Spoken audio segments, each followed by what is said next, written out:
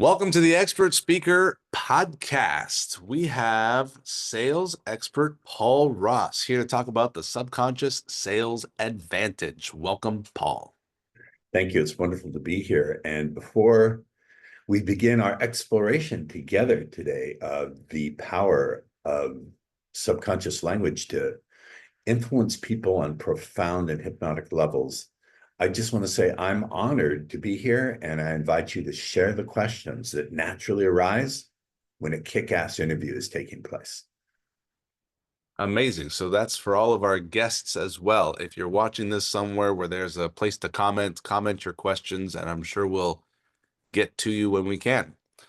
Paul, I love working with sales pros. I love sales. I don't know if it's most people, but certainly there's a lot of people who think sales are slimy and sleazy, and they're scared of sales, and they don't like to be in sales, and they don't like to sell stuff. More money for me. That's more money for me. So keep thinking that way. How do we get people to fall in love with sales?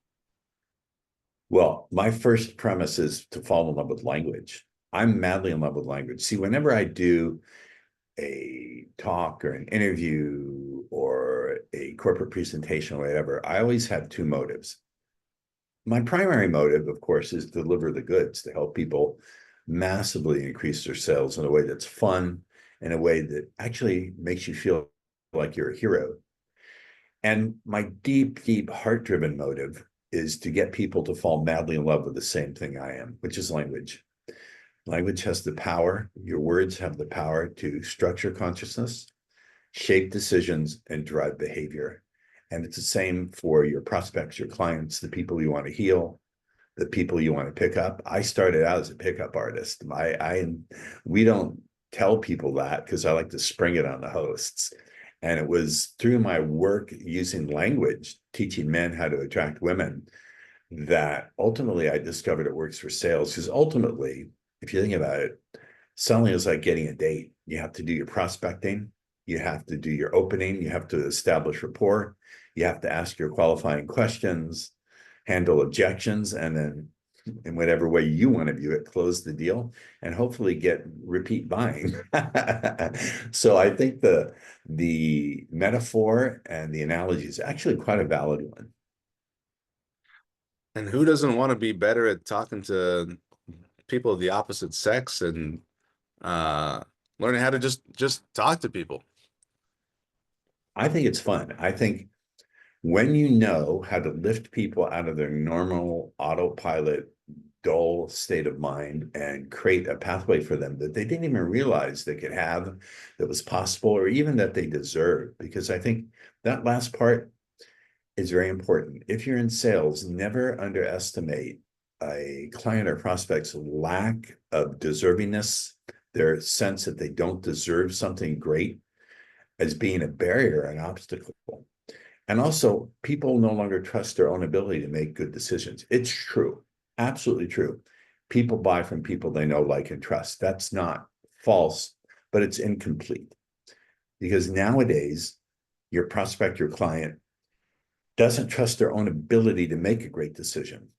So you have to very quickly install in them, I'm just going to say it, lead them on the unconscious level to the belief that they are making a great decision. Because otherwise, if you don't win that level of trust in themselves, you're going to have a problem that you didn't used to face before. Uh, why is that people don't trust themselves anymore? That means that they used to trust their decisions and they don't trust their decisions now? Well, I don't know if you can see this because I have my. Can you see Oh, there that you for a go. second? Yeah, Holding you're up my holding on. smart device. So a mind that's overloaded and has a very small attention span finds it difficult to trust its decisions. Think about it. Nowadays, I'm old enough to remember when cell phones were the size of a brick and you had to open up, extend the antenna and all sorts of things. But nowadays, people are bombarded. People's attention span just isn't what it used to be. So first of all, there's the reduction of attention span. Someone who has the attention span of a gnat, of a goldfish, can't make a good decision. They just can't. The next thing is they have too many options. There's too many things coming at them. I'm on 15 different email lists. It's at the point where I just, unless there's something that appeals to my need in that moment and that has a good subject line, and even then, I'm going to read it until it no longer is interesting to me. Now, I happen to be a good copywriter. I've been writing long form copy for over 30 years, so my emails are fun. They deliver value in and of themselves, and they're funny and entertaining. But most people can't do that. And the third thing is that people on a deep unconscious level are conflicted. They don't really believe in themselves. They don't believe that it's possible for them to have what you're presenting. And they just don't. And also remember, you're never selling your product or service, Majeed. You're always selling decisions and good feelings about decisions. And fundamentally, in order to do that, the prospect has to trust themselves. And you can't consciously say to them, well, now you can trust yourself. That doesn't work. You have to suggest it with hypnotic language. A lot of people have a button on the word hypnosis or hypnotic. They think it means, oh, someone's going to take control of me. It's more like guidance. It's more like, oh, what's the metaphor I would use? It's more like engineering emotions. Great. I'm taking notes. So people are more distracted now than ever before because of our smartphones. People have more options than ever before because everything is available to be purchased all over the Mm-hmm. world. People Right. are conflicted at a deep level about what they really want, and And people what don't. they deserve. And what they deserve. Hmm. Yeah. So this is a problem. And I don't know, maybe my research is faulty or incomplete. I don't know anyone else in sales who's bringing these things up. Maybe some people are. I don't know. My research and my look at the people who are in my field is certainly incomplete and probably flawed. And so, what can we do to support clients to overcome these challenges that hold them back from making a good decision? Sure. Well, this is going to, let me just preface what I'm about to say with three caveats, three warnings, three preparations. From this point on in the interview, there are three possible responses you at home will likely have. I can't say for sure, I'm not in your mind yet. But here they are. First thing you'll think to yourself is, okay, I see that. I already know that. Well, Paul, I get it. Fine. The second response you're likely to have is, okay, that's a little out there. That's a little bit off the wall, but I can see yourself doing it. And the final one is, okay, Paul's off his rocker. He's bat bleep crazy. No way this would work in the real world. When we dive into that third kind of response, I want to encourage you all to get excited. And as you're listening to me and your mind is matching the words so that you produce the thoughts that are right along with me, remember, it's the very ways of thinking, feeling, acting, and responding that stand so far outside of what you're used to doing that have the potential of bringing you results that are so far beyond what you're used to enjoying. So that said, with that caveat, let me get into this. It's going to sound different. I suggest you watch or listen to this podcast multiple times. So if I were doing a presentation or talking to a client, the first thing I would do after introducing myself is to say something along these lines, and we can unpack it. Before we begin our exploration together today of this opportunity, I just want to invite you to please share the questions that naturally arise when a great decision is being made. Now, can I unpack that for you, Majeed? Yes, thank you. Okay. First of all, I'm using 4 or 5 words there that I call implied relationship words.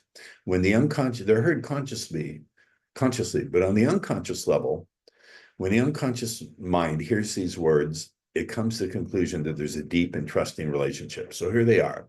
Before we begin, before we begin our exploration. Now, you wouldn't think exploration or the word explore is a powerful hypnotic word, but it is. And I'll tell you why. It's powerful for the implications it creates in the unconscious mind of the listener. Because for every exploration, there must be starts with the letter L. A leader, Right. And for every leader, there must be a follower. exactly. So once they buy into that in the unconscious level, you've now positioned yourself as their leader, not just a salesperson. And they position themselves not just as a prospect, they position themselves on the deep unconscious level, not consciously, that they are your follower. And followers are far more likely to trust you than prospects. So, real quickly, we've got them there. And then you say, before we begin our exploration together today, I just want to invite you to do one thing. Will you please share the questions? I didn't say ask the questions. What's the difference between share and ask? Ask is something I do to you, or ask is something I do to you or you do to me. Share is a shared activity, something we do together. We're on the same side of the negotiating table. Before we begin our exploration together today, I just want to invite you to please share the questions that naturally arise when a great decision is being made. And I'll nod my head just a little bit. Let's look at that last phrase, Majeed, because that's the powerful one. Did I say a great decision to sign up with me today? No. Because that would be too forward, too strong. They'd flip me the bird or kick me out of their home or office or whatever it is, or they get up and leave. I said a great decision is being made. Now, remember this principle. Whatever you can get your prospect or client, or any person for that matter, to imagine for themselves will be perceived by them as being their own thinking, and therefore they won't resist it. And one of the keys to doing that is by being vague. When you're vague, the unconscious mind has to fill in the blank. So I said a great decision is being made. I didn't say who's making the great decision. I didn't say a great decision about what or how or when or why. I left it blank and vague. And so the unconscious mind says, oh, a great decision. It will search for all possible meanings and it will come to the conclusion, oh, I, the listener, I, the prospect, I, the client, am making a great decision today. Does that make sense? Now, does Yes. that necessarily mean they're going to decide to buy from you? No, but by first establishing that they're your follower unconsciously, then the unconscious draws the conclusion that yes, they're going to buy from you. Mm-hmm. This is crazy. This is probably, have you ever heard anything like this before? Well, I did earlier in the conversation today. You said, now before we begin, Exactly. Yeah, you caught please, it. please ask any questions that naturally arise while Right. we're having a great conversation. I always demonstrate what I teach as I'm teaching it. You said the questions that naturally arise during a great conversation. No, when a great decision is being made. Oh, but earlier at the beginning of the podcast, after I press record, you said, now When a before, great interview, I said, when a great interview is taking place. yeah. And the before we begin part is interesting, because maybe we've already begun, but if you say before we begin, then it creates in their mind like, oh, we haven't begun. This is some we have, we're in some pre-started time, right? Exactly. And And I you, did one other thing I hesitate to explain it because it's a little overcomplicated, but I'm going to explain it anyway. I like fire hosing people. My coaches over the years have said, don't fire hose people. Give them one or two little magic tricks, card tricks that they can use, and they'll feel like Superman or Superwoman. But I got to do it. So when I say a great decision is being made, you're going to do that they call it in NLP a transderivational search. And the very act of doing that puts the person in a trance, which makes them even more suggestible. But here's the cool thing. Essentially, when I said, I invite you to share the questions that naturally arise when a great decision is being made, that's a post-hypnotic suggestion. It means every time they ask a question, their unconscious mind will repeat that suggestion. Oh, a great decision is being made. It's no different than if I did a hypnosis show, which I wouldn't do. I don't do that kind of ridiculous thing. But if I did a hypnosis show and I said, every time I touch my nose, you'll jump up and sing opera, it's a post-hypnotic cue. So now the meaning the unconscious draws of their asking questions is not that they can't trust you or they're cynical or skeptical. The meaning on the unconscious level, not the conscious level, is, oh, I'm making a great decision to follow this person and buy what they're offering. Yeah. Okay, great. What else do we need to know about sales? I actually think sales, rather than being sleazy or slimy, I think it's the most heroic thing you can do. Mhm. And I'll tell you why. If I can use a metaphor, let's say we're going to sell someone an apartment overlooking the ocean in Tahiti, or a condo overlooking the ocean in Tahiti. It's a beautiful balcony. You step out, and I don't know how well you at home can imagine this as I describe it, but you step out in the balcony, you look at the crystal clear water, the azure blue is dancing with the aquamarine and that primal pulsing rhythm of life. You smell the fresh salt air, and off in the distance, you can hear beautiful music playing that just touches your soul. Now, unfortunately, your prospect is turned around with their eye pressed up against that little keyhole, looking for what danger could be coming their way Mhm. in the corridor that attaches all the condos. Excuse me, I hit my microphone. So our job is to take them out of that fear, that lack of deservingness, turn them around by the shoulders, walk them out to the balcony or give them a little push and show them the world that awaits them. That is actually a heroic thing. And I'll tell you why. Because giving them the vision and the belief that they deserve it, on the unconscious level, that generalizes out, not all the time, but a lot of the time, it generalizes out to other areas of their life where that sense of deservingness begins to seep into other areas of their life, their personal relationships, their health, everything.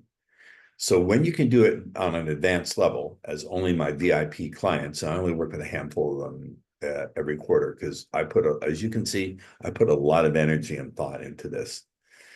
But if you're on that level of my VIP clients, then it pretty much becomes a common thing to create that kind of personal change. Now, when you create that kind of personal change for people, that's a heroic act. That's a healing act. And I like to teach my VIPs to chant this in the mirror every morning. Say it now and say it loud. I'm a sales hero and I'm proud. And I Mm. really truly believe that if you do it properly. And also, if what you're selling isn't a piece of beep, I don't know if, can I curse on your show? I don't know if I can or I can't. I can? Feel free. Go ahead. Okay, if what you're selling is a piece of shit, then that's a different story. You do have to believe in your product or service. Say it now and say it loud. I am a sales hero And I'm proud. and I'm proud. Yeah. Hmm. That's a whole different take on selling. People say selling is service. Okay. But take the word serve and tack on the letters DE, and it comes out to be deserve. Not just you deserve it, but can you get your clients on the deep unconscious level to believe they deserve it? That they Everyone deserve addresses, the everyone addresses, results. if I could, Majeed, forgive me. Everyone addresses, or everyone else addresses, you need to believe that you deserve your success. Well, your client or prospect, you're missing part. That's true, but you're 50% off. You're missing 50% of the equation because the other part of the equation is your prospect or client has to believe that they deserve what it is you're offering them. If they don't, now there are ways to build up your client's self-esteem. The greater their self-esteem as they talk with you, the more they believe they deserve to spend a lot more money or invest a lot more money. So they need to be able to feel that they deserve the support, to invest in themselves, to get the result that they're paying. Mhm. So beliefs go on this level to give you the short, very, very short synopsis. I'd say Reader's Digest, but no one reads these days and no one remembers that publication. So in any case, the For Dummies book, no one reads books anymore. I don't know what metaphor to use. One analogy. So let me give it to you this way. Actually, you know what? To be quite transparent, I woke up way too early and haven't had enough coffee, so that thought slipped my mind. See, I'm transparent and honest. If it slips my mind, I'm not going to hem and haw. It slipped my mind entirely. My apologies, ladies and gentlemen. You'll just have to get my free book and mini course to find out that answer. You scan the Cool. QR code, you can grab it. So Paul, we work with speakers, Mm-hmm. and we help speakers sell more from the stage, Mm-hmm.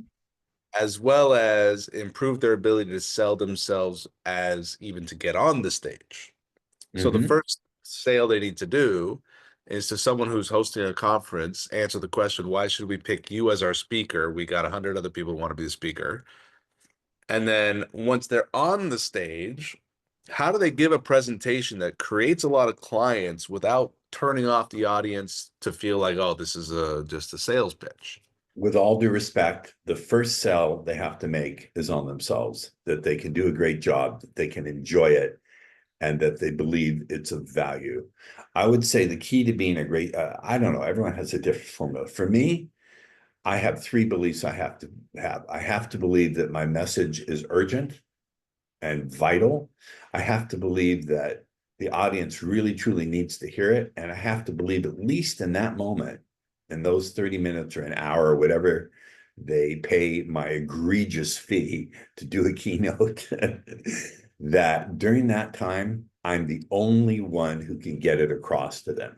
Those three beliefs have to be there before any technical skill, any script, any technique has to be there. That's the real first sell you have to make. That one. Very, very good. And then the second one is, how do you convince people that you're the right person for their event? Well, maybe you're not. Do your market research. Do your research. Is your message really truly a match for what they're looking for? You've got to do your research before you even send a query or get on the phone. Do your research. Do your damned research. Mhm. And then what you want to do is have a peep at the speakers they've had in the past and look at what their message has been, and then say, how can I stand out from this? How can I either call them out on their bullshit? Don't be afraid to call out the bullshit in your industry. Be vulnerable. If you forget something, say, you know what, ladies and gentlemen, in this moment, for whatever reason, I just forgot what I should say. Would you all forgive me for a second while I take a breath and get right back on track? I even say to clients, I don't teach speakers per se, but I've taught salespeople who are so good at what I teach, they come off as sounding too slick. I will tell them, no, no, no, no, no, no, Mr. VIP. You need to put in a few uhs and where was I's because you're coming off too slick. And then I think you have to be good at storytelling. You have to. And you have to give them, everyone says give them the how, give them the what, but not the how. For the most part, that's true. But you have to give them at least one nugget they can walk away with. And then there are other things like scarcity, urgency, but make sure it's real. Don't look, your audience now is sophisticated. They've seen it coming. Don't say, I talked to the host and he bent my arm. And so if you sign up in the next 10 minutes, I will give you this $25,000 course for $10,000. It's such bullshit. Everyone has seen it. Don't do that. You shouldn't do it. If you're going to have scarcity and urgency, make it real. Make it absolutely real. Can you give an example of what would make it real? If you say you only have 25 slots, make sure that's true. You only have 25 slots. Yeah, gotcha. You can be, and also use the power of unconscious language to get them. I will say, as crazy as it sounds, I need their focus. The currency of any influence, I don't care what platform you're on. I don't care if it's on a date and you want to get that person back to your house. I don't care if it's over the phone or, in any format, any form. The currency of influence and sales, seduction, persuasion, all the same. The currency is focus. You have to get them to focus. And there are many different tools to do that. Telling stories, telling your hero's journey, or making them the hero of the story. Many different tools. But I'd like to throw in some hypnotic suggestions. So I'll do my introduction, whatever it is. And depending, there are all sorts of talks There's a corporate presentation. There's what you do where you're paid to speak and you're not pitching, all sorts of things. So I'll say something, ladies and gentlemen, before we begin the meat of this presentation, I just have to say, I don't know all the places where you might stop and feel a growing fascination for all the ways that make sense for you. But as that's taking place, I feel so honored to be the one who's sharing this exploration with you. So let's get going. Now, I've embedded all sorts of hypnotic suggestions to focus. I not only said I said feel a growing sense of focus. When you feel a growing sense of something, that means it's just going to get stronger and stronger and stronger over time. So the more they tune in, the more focused they get. So by the time you're at the end of the presentation, they're laser focused on you. Can you say it again? It's before we Hmm? begin, I just have to say it again. I don't remember the exact wording, but the principles are what's important. Before we begin our exploration together today, I just want to say, I don't know. That's what I call a false profession of ignorance. I don't know all the ways and all the places you might stop and feel a growing fascination with what it is you're receiving. But as that's taking place, I feel so honored to be sharing this exploration with you together today. So let's get going. Who's excited to learn ABC? Fantastic. Now, one thing I personally don't do, nothing leaves a worse taste in my mouth other than 5-day-old pizza. And I'm not allowed to eat pizza anymore. My trainer, I get to have pizza once a year on my birthday with my Oh, trainer. wow. Uh, hey, so at my age, I need to keep up my health. You were saying something leaves a bad taste in your mouth? Yeah, pizza. 5-day-old pizza. Nothing leaves a worse bad taste in my mouth than telling, okay, high five your neighbor, hug your neighbor. I don't want to do that.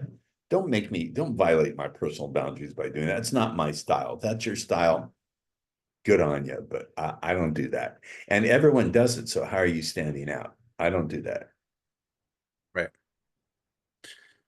Okay, so this hypnotic suggestion, I don't know all the ways and all the places you might Yes, stop pause growing just a second, fascination. Majeed. Pause. When I say I don't know all the ways, what does that imply? What's the implication when I say I don't know all the ways? Maybe it implies that you do know some of the ways. No, it implies there's going to be many ways. Oh, there's going to be many ways. Yeah, right. You And did might I say stop and feel a growing fascination of what you're receiving. a growing fascination? I don't know all the ways you could stop. Stop is a word that gets hypnotic attention. I don't know all the ways you could just stop and feel a growing fascination with what it is you're receiving. But as that's taking place, there's a suggestion. As that's taking place, meaning it's taking place, it's all very, again, this is something that needs to be unpacked. I'm fire hosing people, but that's okay. There are different ways you can learn from me, as I'll prove shortly. As that's You taking know, place, it's my honor to be here to share this exploration with you. yeah. Can you Yeah, see how much I enjoy this? This is a true joy for me to I teach. do. I love it. Okay, so I would love to get your insights on a sales call. And so let's say that a prospect has watched a video or taken a webinar, they know a little bit Mhm. about who you are, they've booked a call and they That's show the up to first the call. mistake. For Huh? me, that's the first mistake. Because I personally, no one talks to me for free unless they apply. They have to apply. So first thing, this is me. It may not work for you. This is just how I conduct my business. It's not for everybody.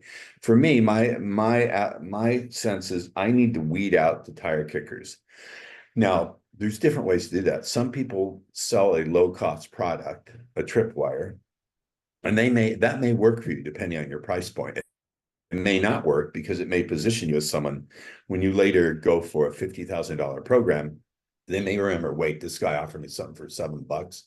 I see what he's doing, ascending the ladder. I don't know. Personally, for me, people have to apply. And what I wind up, and what I do is I don't do discovery calls because everyone knows that's a sales pitch. I generally will look at their application, look at their LinkedIn, do some research, and if I don't think I can help them, just based on that, I'll reach out to them. And I'll give them some kind of free gift or something and send them on their way. I like to have people apply just to see that they're serious. If they don't even fill out everything in the application, it's going to be a waste of my time. That's how I do it. But assuming you're getting people on the call, the first thing I would do is keep it lighthearted. Don't be a clown, but keep it lighthearted. Thank them for uh, getting on the phone with you or the Zoom and set an agenda. I don't mean have an agenda like you're going to, do you understand? Tell them, so listen, here's how I propose this discovery take place.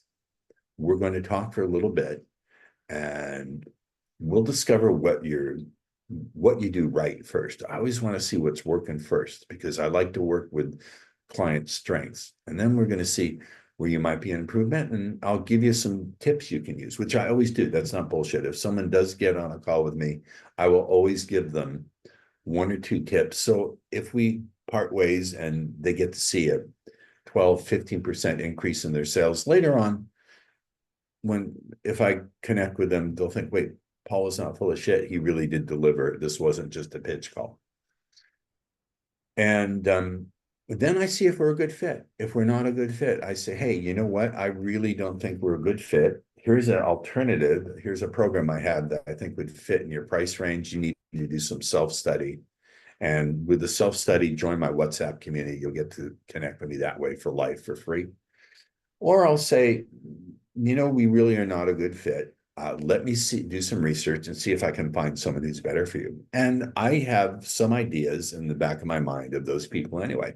And I'll let that person know, hey, I'm sending someone over. If you want to send me a referral fee when they sign up, that's nice. If you don't, hey, let's stay in good contact with each other and in goodwill. That's my approach. I'm not a good fit for everyone. I'm not. I'm just being honest. Look, if you don't have a very sharp mind, if you're not willing to think outside the box, disconnect the dots, color outside the lines, and do some things that are really different, not just in what you say and how you act, but how you think, then we're not a good fit. We're just not. And if I don't enjoy you, I'm at the stage in my career, you see all this, where I'm maybe 1 or 2 years away from retiring to a nice archipelago in Sweden during the summer, where all the lovely Swedish ladies will like to jump my bones. I don't know. So I don't need at this stage of my career to deal with clients who I don't enjoy and who don't enjoy me. I don't. So I look for all those different things. That's me. I can't tell other people how to conduct their affairs. I would say this, if you really don't think you can help a client, don't be in integrity and tell them, but leave them with something of value. They're giving you their time. Sure, your time is valuable, but so is theirs. So give them something of value. If someone gets on a discovery call with me, I will give them at least one, if not two tips. They can go out right away and see, they're not going to see like 100% or 200% increase in their sales like a lot of my clients do. But getting a 12-15% increase in your sales off of one 45-minute call or a 15-minute call is not a bad outcome. Paul, how do you handle objections? I love them. I need to think about I it. relish objections because I have 5 different ways of dealing with them. I learned these when I was learning my seduction and dating system. I had to learn it because I got a lot in the beginning of I have a boyfriend. This is a very common objection. Now, sometimes that's true. Sometimes the boyfriend is just a placeholder till she finds someone better. And I like to use what I call pattern interrupts. It's a hypnotic technique I learned from studying the work of Milton Erickson. Milton Erickson was to hypnosis, in my opinion, what Einstein was to physics, revolutionized it. Took it out of the realm of look at my watch, you are in my power, and put it into the realm of conversational, what seems like an ordinary, normal conversation. So I used to get, I have a boyfriend, and I want to interrupt their pattern of expectation. So most guys, when they hear that, would say things like, Oh, he's probably, well, what's so special about him? They'd attack the boyfriend, they'd beg for the number, or they'd give up and go away. I want to do something that she's not expecting. So if she tells me I have a boyfriend, I would say, now, Debbie, you don't need to convince me someone else finds you attractive. That's not how I'll make up my mind about you. Do you see the reframe and the pattern interrupt there? Yeah, yeah. So I'm switching the meaning, not that I'm begging for her time, but that she's trying to impress me. So I'll give her my time. That gets a laugh. And when you get a laugh out of a prospect, they're not laughing at you, but laughing with you. That sort of begins to erase the objection. Or I would give me your number. And I'd say, now, why would I put the burden of making sure we get to connect again on your shoulders? Isn't that my job as the man? And that, again, is interrupting the pattern. So I like to do pattern interrupts. One of the most common objections, I think, and you can interrupt me if you, or interject if you think I'm wrong or incomplete, is I need more time to think it over. Would you agree that's a common one? Oh, yes. So again, I like to do a pattern interrupt because they're expecting something on the lines of, well, what is it that you need to think over? Just let's have a heart-to-heart talk. That could work, but they've heard it before, and it's putting you in the position of being a beggar. You're putting yourself as one down. So I'll interrupt the pattern. I'll say, have you ever taken a long time to think something over and it still turned out to be a horrible decision? And then I'll shut Hmm. up and wait for the shock. This shocks them. And it's universal. Yes, everyone has had that experience. This gives them amnesia for the objection, because now you've attached it to a bad outcome. And they'll say, maybe it's not about time, but about the clarity you're seeking to recognize a great decision is being made. So thinking about it like that, let's just have a heart to heart and put it out on the table. What is it we need to clear up before you take the next step forward? I didn't say what that next step is, did I? But if I have a contract, I'll tap the contract and anchor taking the next step forward to the contract. So this is how there's 4 other ways to handle that objection. I'm having coffee and didn't get sufficient sleep to go into the other 4, really genuinely. I like this one. So when they say, let me think about it, let me get back to you, they have in their mind that if I take more time, I'm going to make a better decision. And Mm-hmm. then you introduce the possibility that have you ever had the experience of taking a long time to make a decision only to finally make a bad decision? Yes. They think about it and they go, yeah, probably. And then you go, okay, well, isn't it not that you I'll need say, time, but I'll you say maybe it's not about time, maybe it's not about time. but about the clarity you need to recognize it's safe to move forward. So given that case, let's just have a heart to heart. Tell me what it is you need to clear up before you decide to take this powerful. You naturally decide to take this step. And I tap the contract. I always keep the agreement out of direct line of sight. I always want to keep the agreement off to one side so they only see it in their peripheral vision. And I only push it towards them when they're ready. Even then, I'll push it on the peripheral for them to sign it, and I'll hand them the pen. Maybe it's not about time, but about the clarity you need to recognize that it's safe to move forward. So let's have a Yes. little heart. Tell me, what is it you need to clear up to naturally move forward? Yeah. To naturally take the next step. Do you use the word decide or choose? I don't like those words because you could. I don't like those words. I don't want them to even begin to think that they have to. Well, we do. A great decision's being made, but we've already used it. So let's use something else. Take the next step, or it's safe to move forward. Take the next step. What does that mean? Well, since I'm tapping the contract, the unconscious mind says, oh, it means sign the damn contract. Very good. Hmm. Can I All right. ask you a question? Yeah, go ahead, Paul. Was this anything like what you were expecting? And the second question, is this like anything you've heard before? Uh, I was absolutely expecting you to be jolly and brilliant and wise. Um, I was not expecting to meet such a master of language. I too love words. Um, That's good. I was not expecting to discover that you are a former pickup artist, uh, Yeah. teacher of the dark arts. I don't think they're dark arts at all. I think it's in no way dark. It's giving guys a chance who would normally be overlooked to present who they are, because we do live in a shallow society that does judge on looks. I'm sorry. And so in order you have to have some things up your sleeve to get attention long enough to reveal who you are.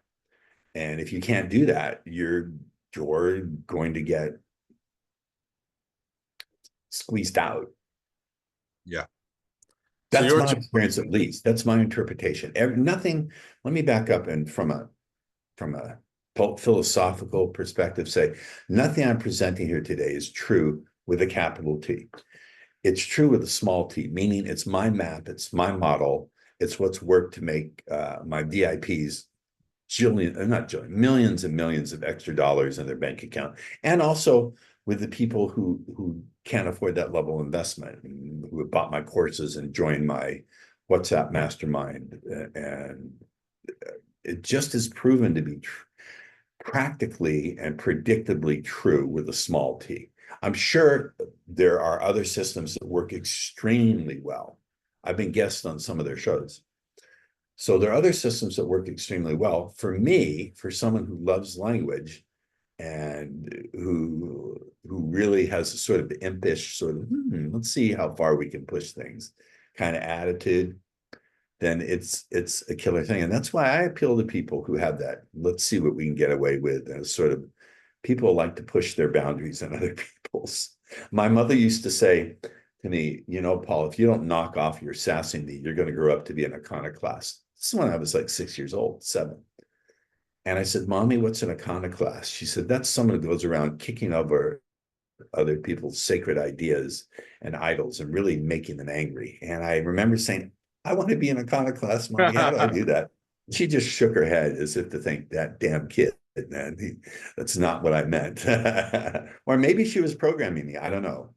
Who very knows? good. Very good. She Probably was she. quite a lady. She was one of the most brilliant human beings I've ever met. Well, Paul, I've got another 5 more minutes, and Let's I'd go. I love to I could know. stay with you. I could keep you for as long as you like. I have a client in an hour, but that's okay. So you see a beautiful woman you want to approach, but You're gonna go there. you don't want it to be awkward. Uh, Hey, you're gonna what's go there. what does a man need to know to effectively approach a woman? We're See, gonna my go question is, there. what does a man need to know to effectively approach the woman? Well, My question is not narrow enough to say what are the exact words to say. well, What do you recommend? I think the first thing is I don't view it as an approach. I never approach. I only joyfully extend opportunities to connect with me in fun and powerful ways. So look at how language structures the way you feel and the way you view even the potential for the interaction. I've quit approaching 10 years ago. I do not approach. I only offer the gift of my masculine presence and joyfully extend opportunities to connect with me in fun and powerful ways. When I look at it and take that mindset on and really lean into it, then I can't fear rejection because I'm offering a gift. I can't take myself too seriously or at all, and I can't take them seriously. Doesn't mean I don't respect them. It just means the whole interaction is fun. I'm either going to have fun and create a connection, or I'll have fun at their expense in some ways. And look, my view is most people are walking through the world like sleepwalkers, or they're going through their dull routine, they're doing their shopping or whatever it is. And on some level, they're going to welcome that interjection, interruption, And I also know that the way in which you make your approach creates the permission. I don't wait for permission because I know it's the way in which I put myself forward that creates the permission. So it's that mindset you've got to get. And the second thing I like to do is to say something innocuous, something harmless, something that's not strong, not too strong or interruptive. I'll say, hey, I really like your shoes. And then I'll pause and I'll say, hey, I got to ask, you don't work for the Department of Defense, do you?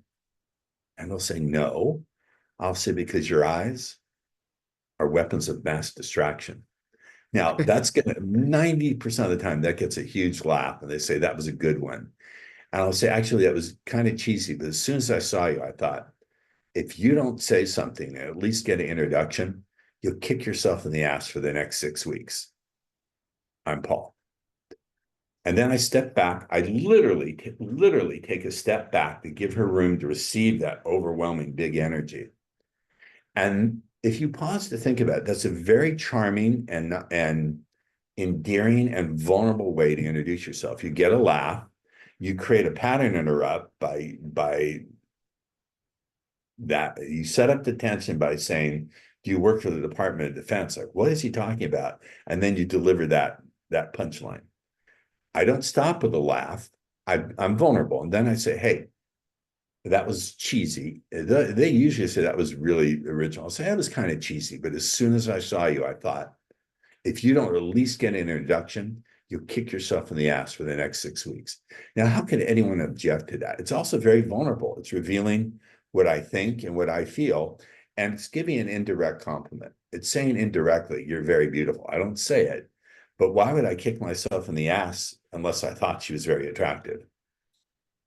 That's how I do If it. It's you say, hi, I'm Paul, you don't move forward with the yes, handshake. I do. I'll introduce myself. Okay, so you say, I'm Paul, shake hands, and then step back. I take a step. I literally take a big step back because I want to give her room and space to absorb what just happened. It's a sign of respect and it creates safety. And more importantly, it gives them a chance to absorb it consciously, unconsciously. And I believe in energy. I believe people do connect on an energetic level, which is why I still have clients for that who pay me huge amounts of money. That's another. I'm not promoting that. You can just find me, find your own way to me. When you approach it like that, the vibe is so joyous and so pure and so fun that it's very difficult to find anyone who's going to be nasty to you. You have to work at it. If you're coming at it from that vibe and that perspective, you have to work really, really hard to get someone to be nasty to you. It's very hard to do. And you can see the joy radiating off of me when I talk about this too. And so that's how I would start the conversation. And then I would get genuinely curious about them, not fake curiosity, but I always want to know not why people do something, but what moves them about it. So I'll say something. I don't know if you want me to go any further into this. We're distracting from the main topic of this interview. Well, I was fascinated about the female approach. That's why I asked. Oh, okay. You want me to tutor you? We can talk about it. You what? If you want me to tutor you and train you, we can talk about it off the air. All right. I don't think you need help. You just look at you, man. Oh, geez. Keep going. Don't stop. I'm just kidding. Okay, Paul, thank you so much for sharing your wisdom. I wish we had another hour to even Sure. go deeper.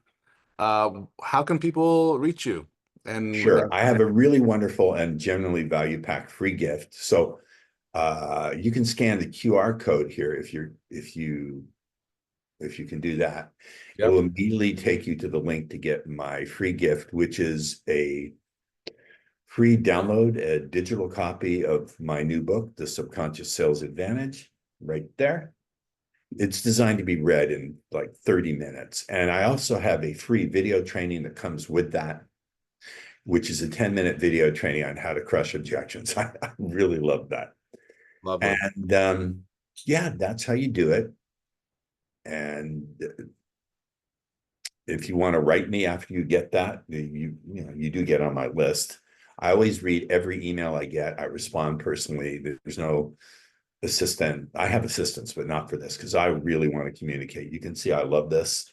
So Yeah. everyone who does choose to write me will get a response. And I love hate mail. If you think I'm Nah. a easy, slimy son of a bastard, when you do email me, make sure you put hate mail because I love the delicious hate mail. Your hate only makes me stronger. Oh my goodness. Paul, very good. Thank you so much. I'm going to end it there. And listener, thank you for joining us here at the Expert Speaker Podcast. How did you